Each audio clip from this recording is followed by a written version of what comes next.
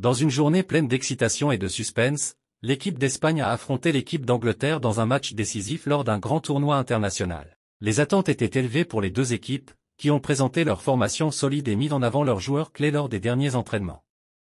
Le match a débuté sur un rythme rapide, avec l'équipe d'Espagne prenant le contrôle du jeu dès le début. Ils ont adopté une approche tactique qui leur a permis de dominer le ballon et de mettre la pression sur l'équipe d'Angleterre dans leur moitié de terrain.